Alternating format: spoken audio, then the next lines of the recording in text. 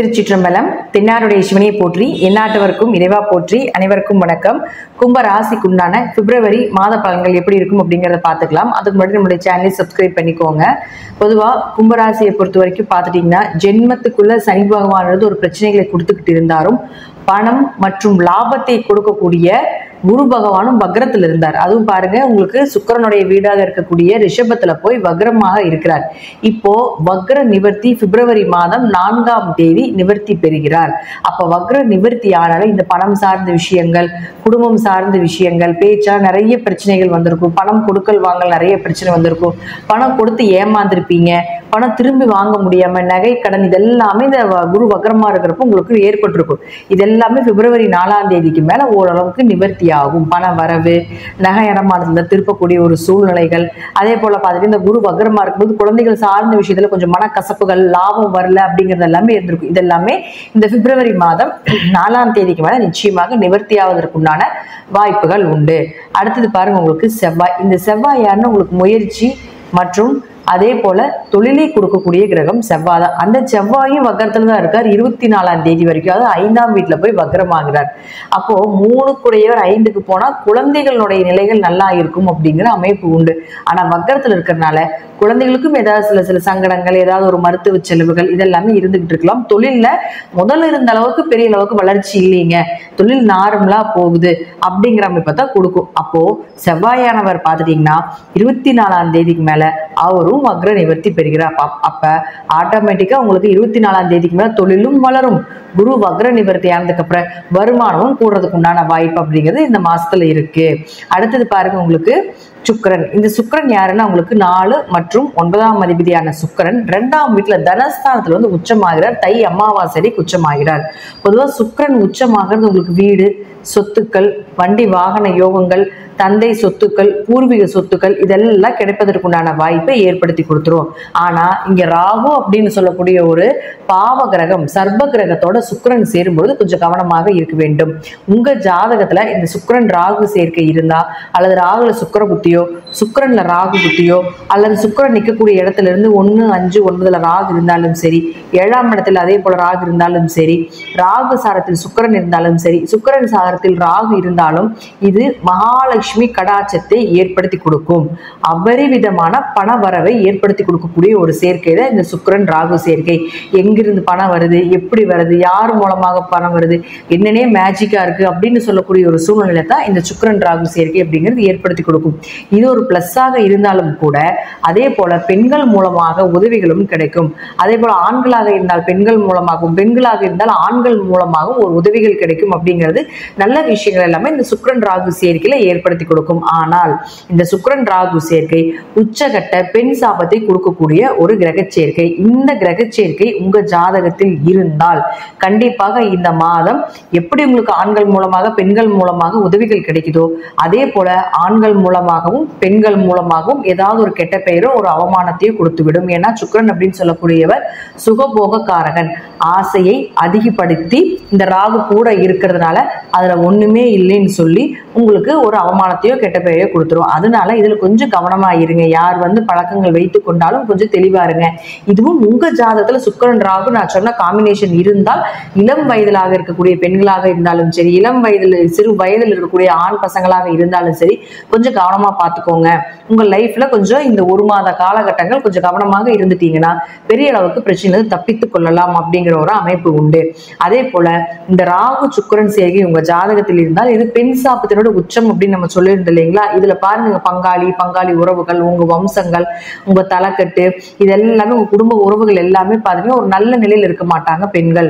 ஒன்னா பெண்கள் வந்து சிறு வயதில் விடவாயிருப்பாங்க, அல்லது கணவன மனைவி விட்டு வாழ வேண்டிய ஒரு சூழ்நிலைகள் இருந்திருக்கலாம், அல்லது சொத்து பிரச்சனைகள் ஏதாவது அதிகமா இருக்கும். கல்யாணம் ஆனாலும் நிம்மதியில, கட்டி கொடுத்த பிள்ளையும் நல்லா இல்ல, கட்டிட்டு வந்த பிள்ளைகளும் நல்லா இல்ல அப்படின்னு சொல்றது இந்த பெண் சாபம். அப்போ ஒருத்தருடைய ஜாதகத்துல இந்த சுக்கிரன் ராகு சேர்க்கை இருந்து அதே போல இப்ப அந்த சேர்க்கை நடக்கிறதுனால உங்க ஜாதக அமைப்பு இருந்தால் கொஞ்சம் கவனமா இருங்க. பெண்கள் விஷயத்துல, குடும்ப விஷயத்துல கொஞ்சம் கவனமா இருங்க. தேவையில்லாத ஒரு பழிபாவங்களும் வரதுக்கு வாய்ப்புகள் உண்டு.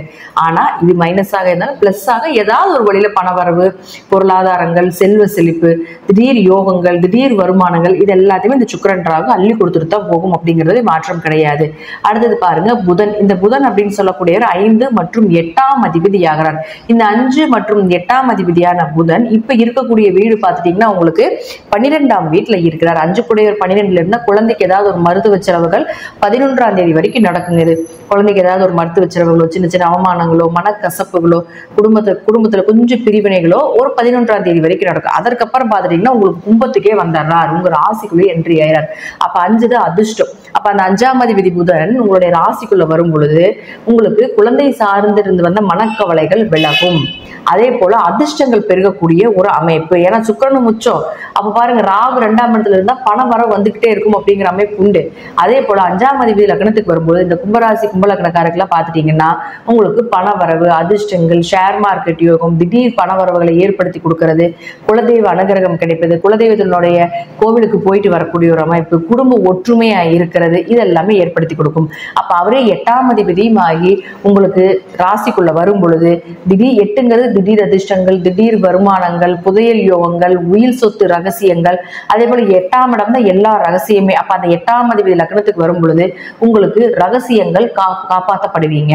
நிறைய பணம் வரும், உயில் சொத்துக்கள் வரும், பூர்வீக சொத்து சம்பந்தப்பட்ட பிரச்சனையில இருந்து உங்களுக்கு சொத்து பிரிந்து வந்தால் உங்களுக்கு மிகப்பெரிய லாபங்கள் கிடைக்கும் அப்படிங்கிற அமைப்பு எல்லாமே ஏற்படுத்தி கொடுத்துரும்.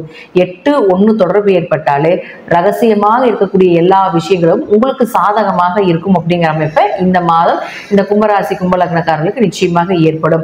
அடுத்தது பாருங்க இந்த சனியும் உங்களுக்கு ரகசியத்தை குறிக்கக்கூடியவர் தான். அப்ப சனியோடய சேரும் பொழுது உங்களுக்கு இருப்பதை விட இன்னும் மீண்டும் நிறைய விஷயங்கள் உங்க கை சேரும் அப்படிங்கிற அமைப்பை ஏற்படுத்தி கொடுத்துரும். 8 தான் ஷேர் மார்க்கெட் யோகம். அப்ப 8, 2 அதே போல ராசியில சம்பந்தப்படுறதுனால ஷேர் மார்க்கெட்ல பணம் இன்வெஸ்ட்மெண்ட் பண்றது, அதுல நல்ல லாபங்கள் கிடைப்பது, இதெல்லாமே இந்த மாதம் கும்பராசி கும்பலக்னத்துக்கு ஏற்படும். அடுத்தது பாருங்க உங்களுக்கு சூரியன். இந்த சூரியன் அப்படின்னு சொல்லக்கூடிய பாருங்க 7ஆம் அதிபதி, திருமண ஸ்தானாதிபதி. அவர் 12ஆம் வீட்டுல இருக்கார், 12ஆம் தேதி வரைக்கும் இருக்கிறார். அப்போ 12ஆம் தேதி வரைக்கும் 7ஆம் அதிபதி 12ல இருக்க ஒரு திருமணம் தடைபடுறது, திருமணத்துல ஒரு நல்ல வரன்கள் வரல, கணவன் மனைவிக்குள்ள கருத்து வேறுபாடுகள், அந்நிய குறைபாடுகள், இதெல்லாமே ஏற்பட்டு இருக்கும். இப்போ இந்த 12ஆம் தேதி வரைக்கும் கொஞ்சம் குடும்பம் சார்ந்த விஷயத்துல கொஞ்சம் கவனமா இருங்க. அடுத்தது உங்களுக்கு 12ஆம் தேதிக்கு மேல உங்க ராசிக்குள்ளே என்ட்ரி ஆவார். அப்ப வரும் பொழுது சூரியனை தன்னுடைய வீட்டில் இருக்கக்கூடிய, அதாவது இங்கிருந்து தன்னுடைய வீட்டையே பார்க்குது சூரியன். அப்ப என்ன ஆகும் அப்படின்னு பார்த்துட்டீங்கன்னா திருமணம் கைகூடும், சுப நிகழ்ச்சிகள் நீங்க எதிர்பார்த்தபடி நடக்கும், நல்ல வரன் அமைஞ்சு வரதுக்குண்டான வாய்ப்புகள் உண்டு. ஆனா சூரியன் ராசிக்கு வரும்போது கொஞ்சம் கோபம், கொஞ்சம் அதிகாரத்தன்மை, எதிலையும் முதன்மையா இருக்கிறது, பெயர் புகழ் மதிப்பு, இதெல்லாமே கொடுத்துரும். ஆனா இங்க சனியோட நிக்கிறதுனால யாருடைய ஜாதகத்தில் சனி சூரியன் காம்பினேஷன் இருக்குதோ, இது ஆண் ஜாதகத்தில் இருந்ததுன்னா எப்படி இருப்பாங்கன்னா அப்பாவுக்கும் பையனுக்கும் ஒரே பிரச்சனையா இருக்கும்.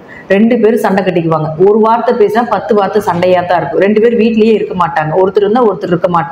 அல்லது தந்தைக்கு தோஷத்தை கொடுக்கறது, அல்லது மகனுக்கு தோஷத்தை கொடுக்கறது, இதெல்லாம் ஏற்படுத்தி கொடுக்கும். ஆனா இதே பெண் ஜாதகமா இருந்ததுன்னு வச்சுக்கோங்களேன், அப்பாவும் பொண்ணும் ரொம்ப அண்டர்ஸ்டாண்டிங்கா இருப்பாங்க. அதே போல பார்த்துட்டீங்கன்னா விட்டு கொடுத்து போக மாட்டாங்க, ரொம்ப பாசமா இருப்பாங்க. அப்பாவுக்காக எல்லாமே செய்யக்கூடிய பொண்ணும், பொண்ணுக்காக எல்லாமே செய்யக்கூடிய அப்பாவை தான் பெண் ஜாதகத்துல சனி சூரியன் சேர்க்கை தான் ஏற்படும். ஆனா சொத்தையே கொடுக்கக்கூடிய ஒரு சூழ்நிலைகள் கூட வந்துடும் ஒரு சில டைம்ல. ஆனா இதே ஆண் ஜாதகமா இருந்து சொத்தை கொடுக்க மாட்டார், பூர்வீகத்தில் பிரச்சனை பண்ணுவார், பூர்வீக சொத்தை அனுபவிக்க முடியாது. இதெல்லாமே ஆண் ஜாதகத்துல இருக்கும். பெண் ஜாதகமா இருந்தா இதெல்லாம் இயற்கையாகவே கிடைச்சிடும். அப்போ உங்க ஜாதகத்துல இந்த சனி சூரியன் சேர்க்கை இருக்கு அப்படின்னா இந்த மாதம் பூர்வீக சம்பந்தப்பட்ட சொத்து சார்ந்த விஷயங்கள் அப்பா கிட்ட மூவ் பண்ணீங்கன்னா கொஞ்சம் கவனமா இருங்க. ஆண் ஜாதகமாக இருந்தால் வீட்டுக்குள்ள பிரச்சனைகள் இருந்தாலும் கூட சமுதாயத்துல இந்த சனி சூரியன் சேர்க்கை அப்படிங்கிறது பெரிய லெவல், சமுதாய லெவல்ல நல்ல ஒரு வேலை வாய்ப்புகள், மற்ற மக்கள் முன்னாடி நல்ல ஒரு மதிப்பு மரியாதை, இதெல்லாமே ஏற்படுத்தி கொடுத்துரும். அரசாங்கம், அரசியல் தொடர்பு, அரசு சார்ந்த வருமானங்கள், இதெல்லாமே ஆண்களுக்கு இந்த சனி சூரியன் சேர்க்கை இருந்தா கண்டிப்பாக ஏற்படுத்தி கொடுக்கும். உங்க ஜாதகத்திலையும் இந்த சேர்க்கை இருக்கு அப்படின்னா இந்த மாதம் பாருங்க அரசு கிரகங்களாக சொல்லக்கூடிய சூரியன் சனி செவ்வாய் இவர்களுடைய தொடர்பு இருக்கு. சனிக்கும் சூரியனுக்கும் திரிகோணத்துல 5ஆம் இடத்துல செவ்வாய் இருக்கிறதும் தொடர்புகளை ஏற்படுத்தி கொடுக்குது.